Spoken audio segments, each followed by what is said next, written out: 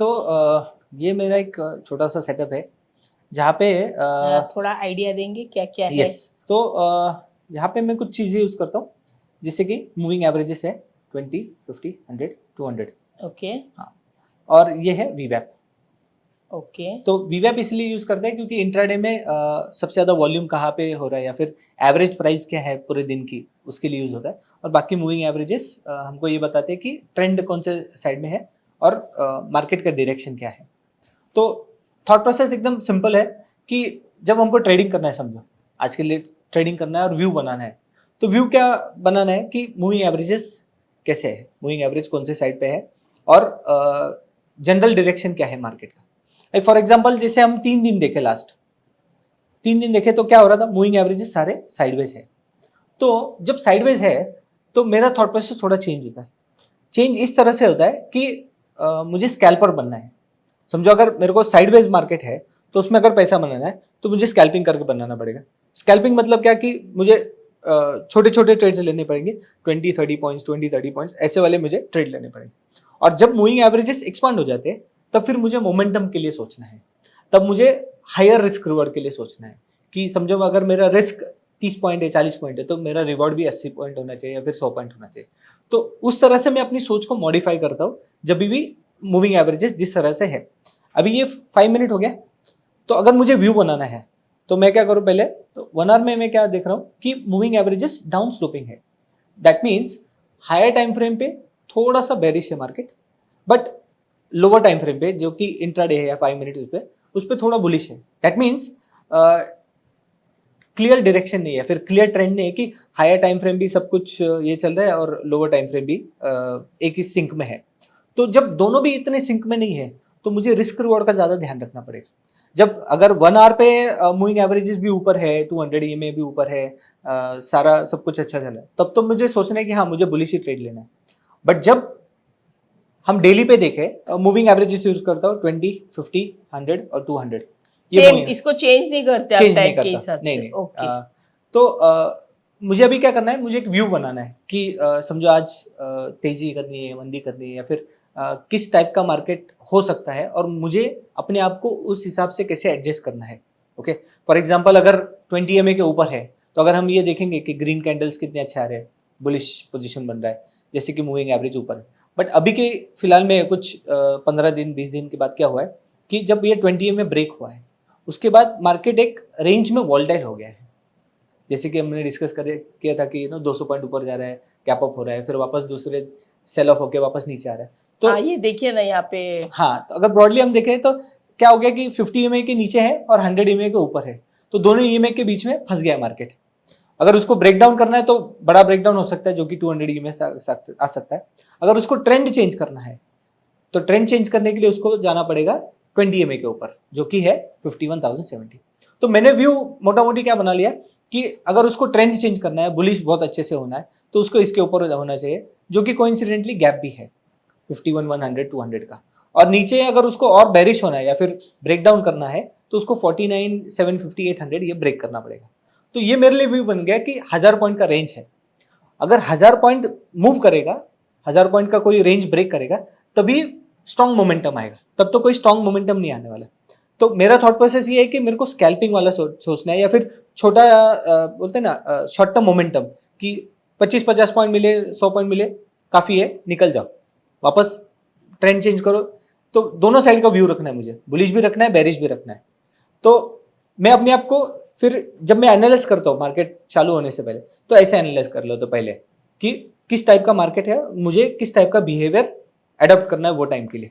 हाँ, जब मोमेंटम है तब फिर मैं कोई ट्रेड के लिए 100 पॉइंट के लिए या 200 पॉइंट के लिए भी वेट करूंगा, बट नहीं है मोमेंटम तो ये मेरे को समझना है। तो आपका बोलने का मतलब जब सब मूविंग एवरेज के आइदर ऊपर है हाँ, तो मतलब मोमेंटम है, बराबर, और सभी मूविंग एवरेज के नीचे है नीचे है तो मोमेंटम तो है, मोमेंटम है, तो आप बड़ा पैसा निकालने की कोशिश करोगे। बराबर, लेकिन अगर दो मूविंग एवरेज के बीच में बीच में फंस गया फंस गया, तो फिर आप स्कैल्पिंग करके छोटा छोटा पैसा निकालने की कोशिश करोगे जब तक एग्जैक्टली, उस डेली पॉइंट ऑफ व्यू से। डेली पॉइंट ऑफ व्यू फिर से उसको आप लोअर टाइम फ्रेम में ले जाके और उसी ढंग से कितनी देर पे बाय करना है, कितनी देर पे होल्ड करना है, कितनी देर पे सेल करना है, वो आप उसको एनालाइज करोगे। परफेक्ट, ये थॉट प्रोसेस रखना है और ये थॉट प्रोसेस मार्केट शुरू होने से पहले बनाना पड़ेगा।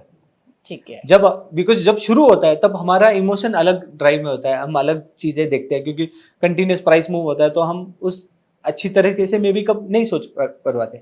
बट ये व्यू जब हम बना लेते हैं तब क्लैरिटी होती है, थॉट क्लैरिटी कि हाँ अच्छा ऐसा होगा तो ये करना है।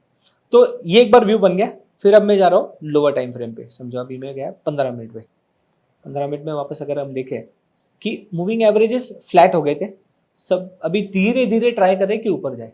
अभी मेरे लिए सबसे कन्विंसिंग ट्रेड क्या होता है कि जब वो 200 EMA के ऊपर फुल बॉडी कैंडल क्लोज करे, ग्रीन क्लोज करे, तब फिर मैं बड़ा ट्रेड के लिए प्लान करूंगा। क्यों? क्योंकि ऊपर गैप है, 100-200 पॉइंट का गैप है, तो मैं अच्छा बड़ा ट्रेड कब प्लान करूंगा? जब ये करूंगा। कोइंसिडेंटली अगर हम देखें लास्ट 3 डेज का भी रेंज यही है, तो हम सपोर्ट रेजिस्टेंस भी सोच रहे हैं, हम मूविंग एवरेजेस को उसके साथ कोरिलेट कर रहे हैं।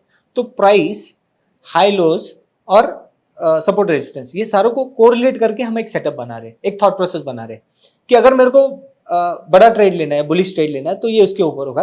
अगर बड़ा मेरे को बेयरिश ट्रेड लेना है तो मेरे को इस लो के नीचे लेना है। बस ये सिंपल हो गया। अभी इसके अंदर मेरे को स्कैल्पिंग करना है। स्कैल्पिंग में मेरे को 25-30 पॉइंट्स मिल गए कोई ट्रेड में, I am happy with that. मैं उतना ट्रेड लेके साइड में हो जाऊंगा। अभी उसमें भी थॉट प्रोसेस कैसे बनाना वो अपन देख लेते हैं। फॉर एग्जाम्पल अभी हमने 15 मिनट में देखा तो सारे मूविंग एवरेजेस नीचे है, 5 मिनट में देख रहे तो सारे मूविंग एवरेजेस ऊपर है। That means higher time frame पे ट्रेंड कंफर्मेशन नहीं हुआ। लोअर टाइम फ्रेम यानी 5 मिनट पे तो हो गया, बट हायर पे नहीं हुआ। हायर पे कब होगा? जब ये जो हाई आज का ये हाई क्रॉस करेगा, तब हायर टाइम फ्रेम पे भी कंफर्मेशन हो जाएगी कि थोड़ा ट्रेंड चेंज होना शुरू हो गया। तो तब तक मुझे क्या करना है? मुझे अगर ट्रेड करना है तो मुझे वेट करना है अपॉर्चुनिटी के लिए। अपॉर्चुनिटी क्या है कि अगर हम देखें अभी मेरे को ऑप्शन ट्रेड करना है। मैंने इंडेक्स तो देख लिया, स्पॉट देख लिया, बट अभी ऑप्शन ट्रेड करना है। ऑप्शन की चाल अलग होती है, मूव करने का तरीका अलग होता है, तो फिर उसको मैं कैसे देखूंगा? अभी फॉर एग्जाम्पल स्पॉट कितना चल रहा है? 50,540। ओके, तो मुझे क्या करना है? मेरे को सेलर का दिमाग पढ़ना है पहले। क्यों? क्योंकि वो सबसे बड़ा पैसा लेके आ रहा है मार्केट में, तो he is more wiser, I would say. वो ज्यादा होशियार है मेरे से, क्योंकि वो बड़ा पैसे लेके आ रहा है। तो मैं क्या देखता हूँ, ऑप्शन सेलर को क्या चाहिए? थीटा डीके होना चाहिए, या फिर जो ऑप्शन प्रीमियम है वो मेल्ट होना चाहिए। ओके, और मोस्टली हम देखते हैं कि ऑप्शन सेलिंग में सबसे ज्यादा जो फेवरेट स्ट्रैटेजी जो एल्गोज या फिर बड़े पैसे की, वो होती है स्टैडल या फिर स्ट्रैंगल, राइट? तो मैं क्या सोचता हूँ कि स्पॉट अभी चल रहा है 50,550, उसका नियरेस्ट स्टैडल कौन सा है? Round number 50-500। 50-500, राइट? 50-500 का कॉल और पुट मैंने लगा दिया मेरे वॉच लिस्ट में, वो मैंने देख लिया। समझो ये बाकी का डिलीट कर देते हैं, बस दोनों पे फोकस करते हैं हम। 50-500 मैंने देख लिया, 355 चल रहा है, 367 चल रहा है।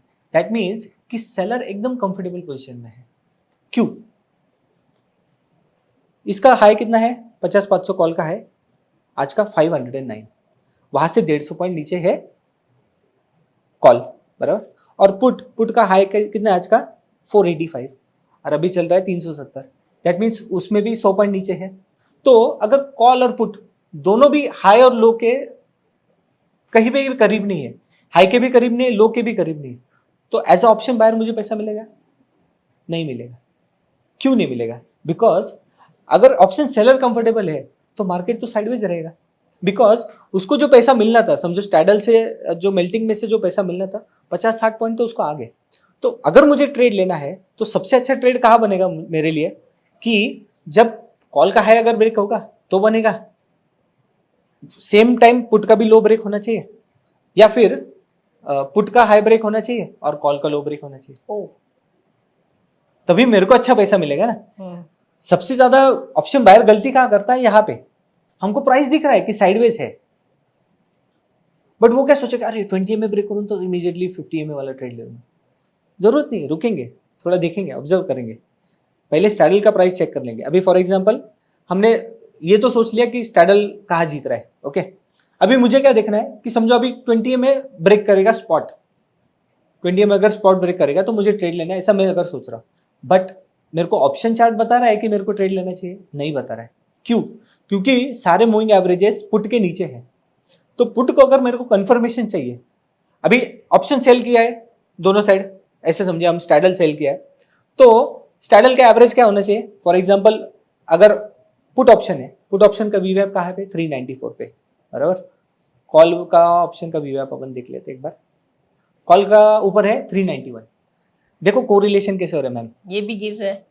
हाँ कोरिलेशन बट कैसे हो रहा है देखो ना आप कि कॉल का जो वीवैप है 391, पुट का वीवैप है 394। तो एक्चुअली जीत कौन रहा है या फिर पैसा कौन बना है? सेलर ही बना रहा है, क्योंकि दोनों का वीवैप सेम है। तो अगर मुझे कोई भी साइड ट्रेड लेना है तो मुझे कब लेना चाहिए?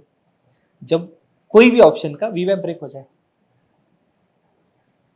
अगर मुझे पुट लेना है, समझो 372 अभी ये पुट चल रहा है, अगर मुझे पुट लेना है तो मुझे एटलीस्ट वीवैप को तो क्रॉस करना देना चाहिए, क्योंकि वो उसका एवरेज प्राइस है आज के दिन का।